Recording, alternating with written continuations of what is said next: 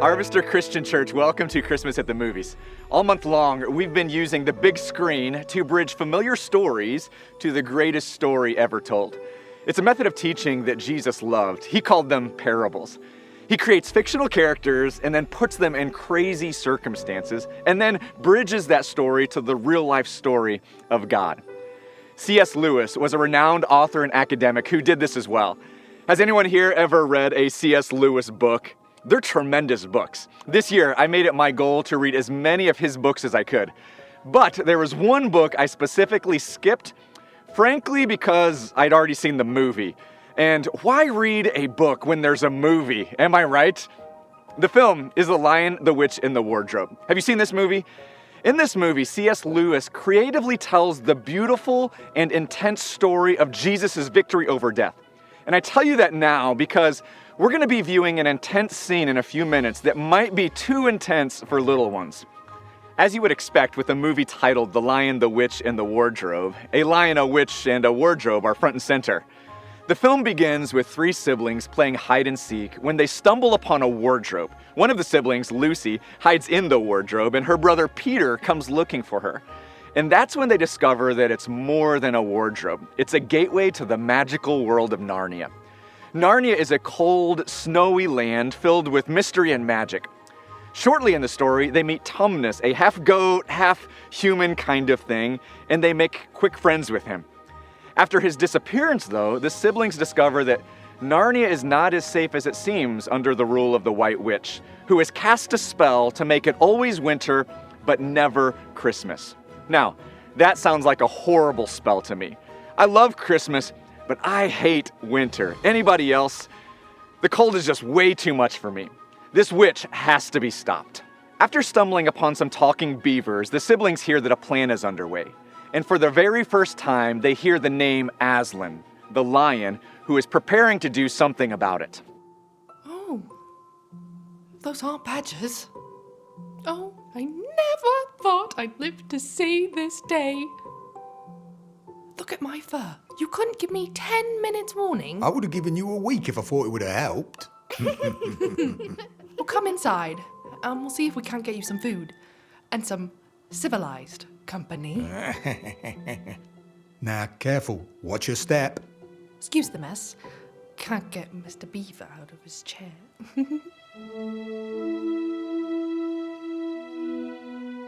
Enjoying the scenery, are we? Isn't there anything we can do to help Tumnus? They'll take him to the witch's house. And you know what they say. There's few that go through them gates that come out again. Fish and chips? But there is hope, dear. Lots of hope. Oh, yeah. There's a right bit more than hope. Aslan is on the move.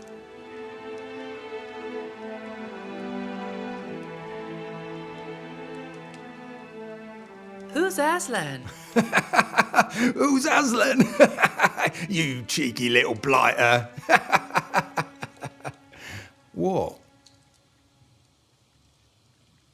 You don't know, do you? Well, we haven't exactly been here very long. Well, he's only the king of the whole wood. The top geezer. The real king of Narnia. He's been away for a long while. But he's just got back. And he's waiting for you at the stone table. He's waiting for us. You're blooming joking. They don't even know about the prophecy. Well, then... Look. Aslan's return. Tumnus' arrest. The secret police. It's all happening because of you. You're blaming us. No, not blaming. Thanking you. There's a prophecy. When Adam's flesh and Adam's bone sit at Cair Paravel's throne, the evil time will be over and done. You know, that doesn't really rhyme. Yeah, I know it don't, but you're kind of missing the point. It has long been foretold that 2 sons of Adam and 2 daughters of Eve will defeat the White Witch and restore peace to Narnia. And you think we're the ones? Well, you better be, because Aslan's already fitted out your army. Our army? Mum sent us away so we wouldn't get caught up in a war. I think you've made a mistake. We're not heroes. We're from Finchley. I love that line. Aslan is on the move. Mr. and Mrs. Beaver are trying to get across this point. Narnia may be ruled by the White Witch for now, but there's a prophecy that gives them hope. It says that the true king is coming. Before Jesus was born in a manger in Bethlehem, there were also rumors and prophecies circling around about his coming, a king who would bring hope to a struggling people. One such prophecy comes from the book of Isaiah. 700 years before the first Christmas morning, Isaiah wrote of a coming child who would become a ruler that we could trust. Isaiah chapter 9 says it this way: "For a child is born to us, a son is given to us. The government will rest on his shoulders, and he will be called Wonderful Counselor, Mighty God, Everlasting Father, Prince of Peace. His government and its peace will never end. He will rule with fairness and justice from the throne of his ancestor David for all eternity." Can you imagine that kind of ruler over us? We've all had bad experiences with authority figures. Bosses who let us down, leaders who make promises that they can't keep, and it's easy to become skeptical. We're told that this ruler would be different. A child would be born, he would grow up to be a wonderful leader, not a dreadful one, and he would rule like a father, not like a fallible man. And his reign would bring us peace, not division. That's a ruler that we all need. And I'm not just talking about our country. That's the kind of ruler that we could use over our homes and over our hearts as well. For some of you, things are extremely chaotic in your life right now, and you're struggling. Maybe you're not very religious, but you've even resorted to praying, "God, fix the chaos in my life." If that's where you are today, you're in a great spot, because I have good news for you. If you'll abdicate your throne, the true king is coming, and he would love to rule over your life too. Now, depending on what kind of struggles you're facing, you may not be excited about God's involvement. Many, especially those of us who have made poor decisions, rarely look to God for help. We would much rather struggle on our own than be rejected by Jesus. But I can tell you this, Jesus' rule is different than any you've ever seen. What we read in scriptures is that Jesus reigns with a sacrificial love. And if you're brave enough to come face to face with him, I know that you'd be surprised at what he's willing to do with his life to bring your life peace. Romans chapter 5 says it this way: "When we were utterly helpless, Christ came at just the right time and died for us sinners." Now, most people would not be willing to die for an upright person, though someone might perhaps be willing to die for a person who is especially good. But God showed his great love for us by sending Christ to die for us while we were still sinners. It's one thing to know that Jesus died for us, but it's another to realize the depth of that love. Jesus saw in us sin, every wrong choice we'd ever made, every hidden struggle, and still, he chose to lay down his life. In Aslan's sacrifice, we see this reflection of Christ, willingly giving up his power to save those who didn't deserve it. And that's us. We don't have to earn it because Jesus gave it freely. And that's exactly what Aslan does for the siblings in Narnia. In an intense scene of the film, Aslan walks somberly through the forest with Susan and Lucy by his side, determined to do whatever it takes to bring peace to their lives and to bring peace to all of Narnia, even if it means giving up his life for theirs. He eventually reaches the stone table, where the White Witch and her army of dark creatures are already gathered. In this scene, the once mighty Aslan allows himself to be bound, humiliated, and mocked. They shave his majestic mane, and he refuses to fight back, even to the very end. Wait! Let him first be shaved.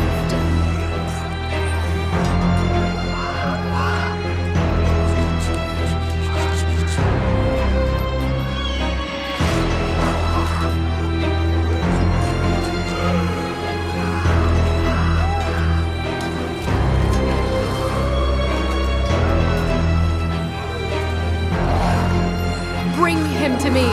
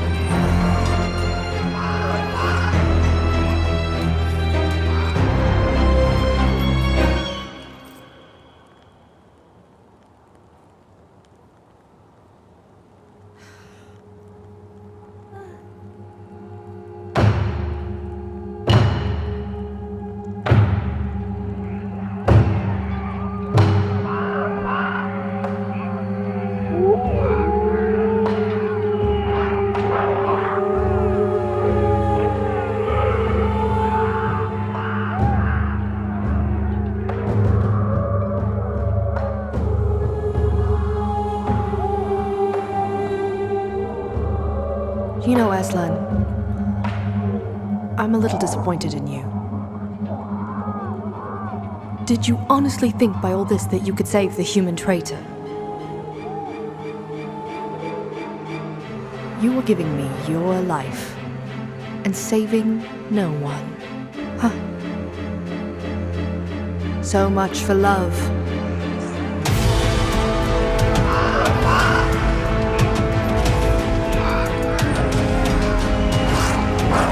Tonight,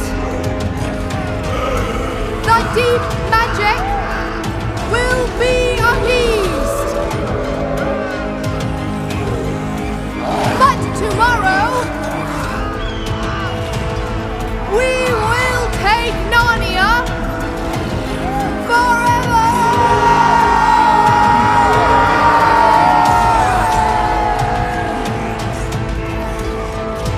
In that knowledge,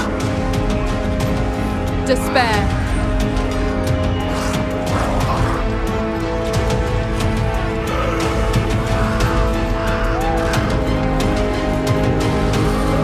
And die!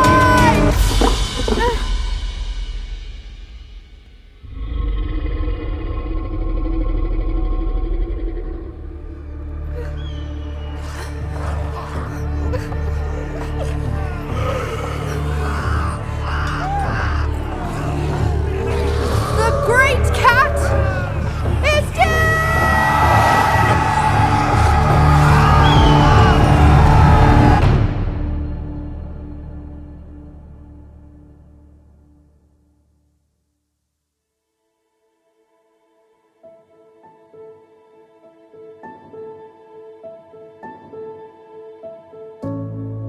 In John 15, it says, "There is no greater love than to lay down one's life for one's friend." When Jesus says that he loves you, you don't have to wonder if he's telling the truth. You don't have to wonder if he means it. I know you've had plenty of people say that they love you, and then they just left you. But Jesus isn't just speaking words, he's proving his love by giving his all. That's the message of the cross, friends. Jesus knows what you're going through. He knows the struggles that weigh you down. He knows the sin that you've committed and how they endanger your life. And unless someone does something about all of this, those things will literally kill you. Some other rulers may be fine with that, but not the wonderful counselor, the mighty God, and the everlasting Father. Not the Prince of Peace. He's not fine with that. He was born into this world to conquer this world and to give you a second chance. And the first step was to conquer it by taking the burdens from your shoulders and putting it onto his own. His sacrifice, his willingness to go to the cross saved you, but it crushed him. But that begs the question, what good is a dead king? Maybe you've asked the same question about Jesus. Sure, it's nice to know that he died for us, but can a dead Savior really change anything for us today? If the story ended at the cross, we'd be left with nothing but sorrow. But just like Aslan's story, the resurrection is what changes everything. And this is the good news of Jesus. He loves us and he rescues us. His death proves his love, and it's his resurrection that paves the way for your rescue. The Lion, the Witch, and the Wardrobe illustrates this beautifully when the witch thinks that she scored a decisive victory by killing Aslan. With Aslan, the promised king of peace, with him dead and gone, war raged through the land. And things seemed to get much worse after Aslan died. They didn't get better. But the White Witch and the siblings would soon discover that death isn't always the end of the story.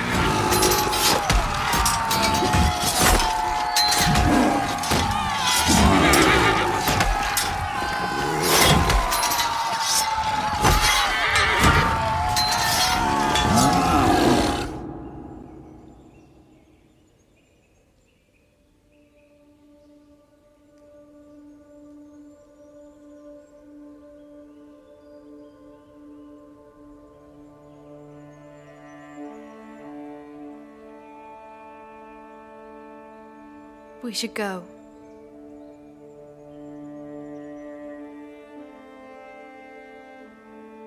So cold.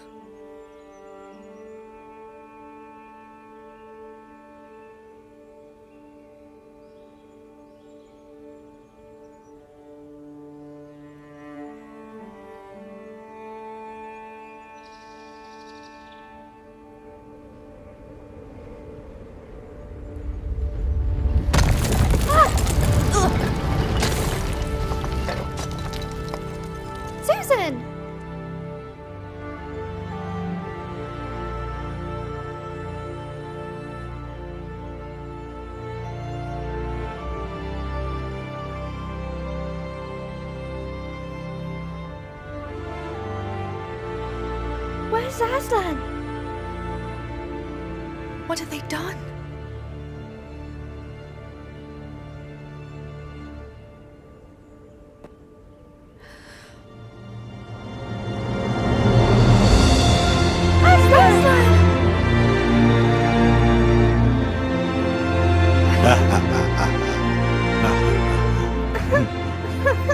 But we saw the knife. The witch. If the witch knew the true meaning of sacrifice, she might have interpreted the deep magic differently. That when a willing victim who has committed no treachery is killed in a traitor's stead, the stone table will crack, and even death itself will turn backwards.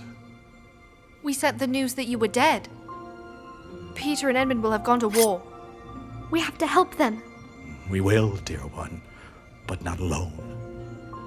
Come on my back. We have far to go and little time to get there, and you may want to cover your ears. With a mighty roar, Aslan proves that death cannot stop him. Aslan goes on to defeat the White Witch and restores peace to Narnia.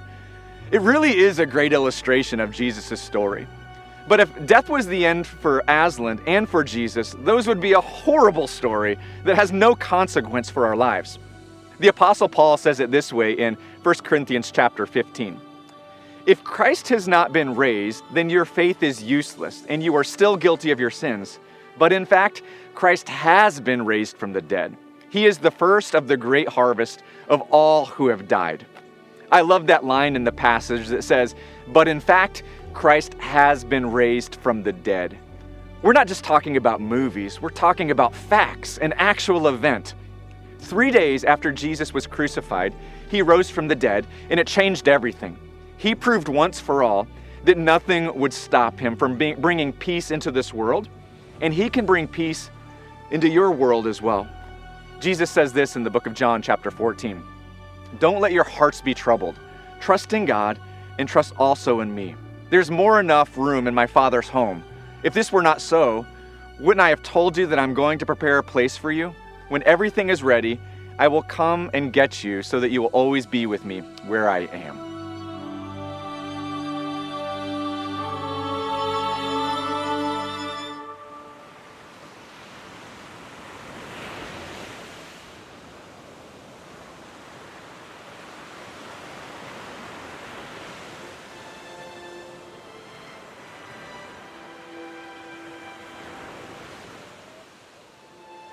Don't worry.